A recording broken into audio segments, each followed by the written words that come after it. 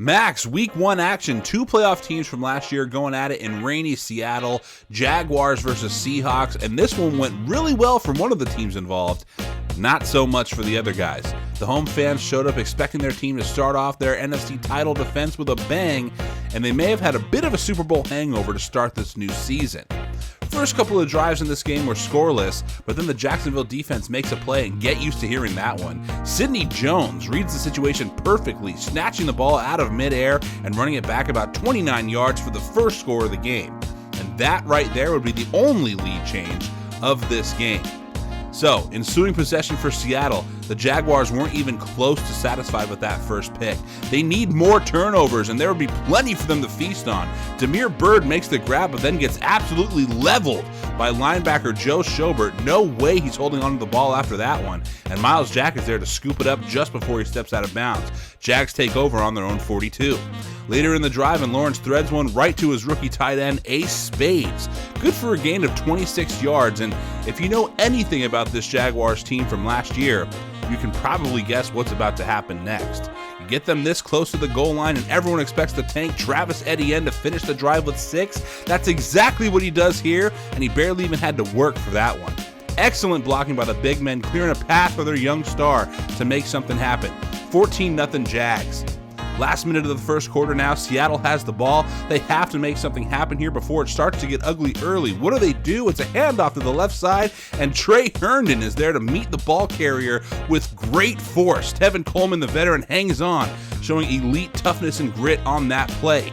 Same drive, second quarter, and the Hawks would get on the board. Russell Wilson finds a wide open Bird on the left side, delivers a strike, and there's no one around to keep him from 6 points. Seahawks close the gap a bit, 14-7 now, Jags. Jacksonville must have taken offense to that one because the very next play from scrimmage, it's an outside handoff. Everyone in white picks up their assignment, and Etienne is off to the races. A 75-yard house call for him here, and he shows the speed off just a little bit, 21.3 miles per hour. And he ran over 84 yards in total on that one, and the young fella is not even phased. I run for 84 yards, I'm going to need an oxygen tank. My goodness, what a run. Next drive for Seattle, it's off to a good start. That's a 19-yard pass to DK Metcalf. Possibly the strongest man on the field at any given time. Dude is an absolute beast. And then on the next play, they pick up another 19 yards, this time to the left side. Tyler Lockett on the catch there. So, this offense right now moving and shaking, looking good to start, and it didn't stop there. On second down, Wilson is going to drop back. He scans and he finds Lockett again, this time for 20 yards, mark him down on the 3. So Seattle finds themselves in the red zone for the first time today.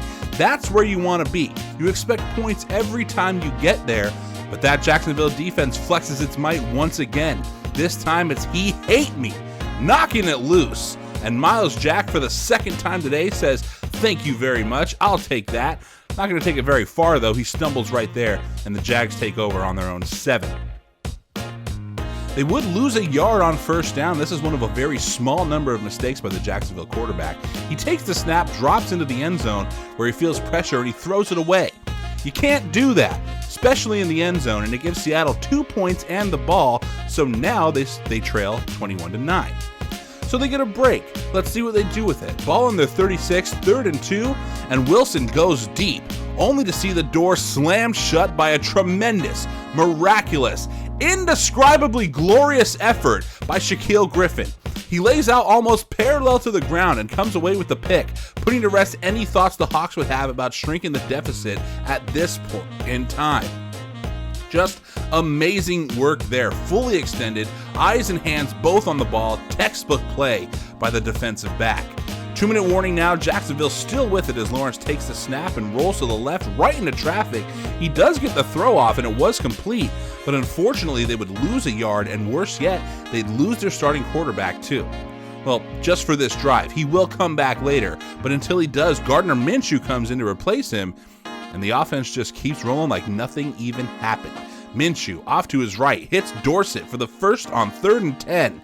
And then, just a few plays later on another 3rd down, he's going to hit Etienne on the short route, putting them down at the 1-yard line. So, they're right there again. What are they going to do? Well, this time James Robinson is going to be in at halfback, and he wants to prove that he can get the job done too, just like Travis, and he does so with authority there, shrugging off that tackle and taking it in for 6.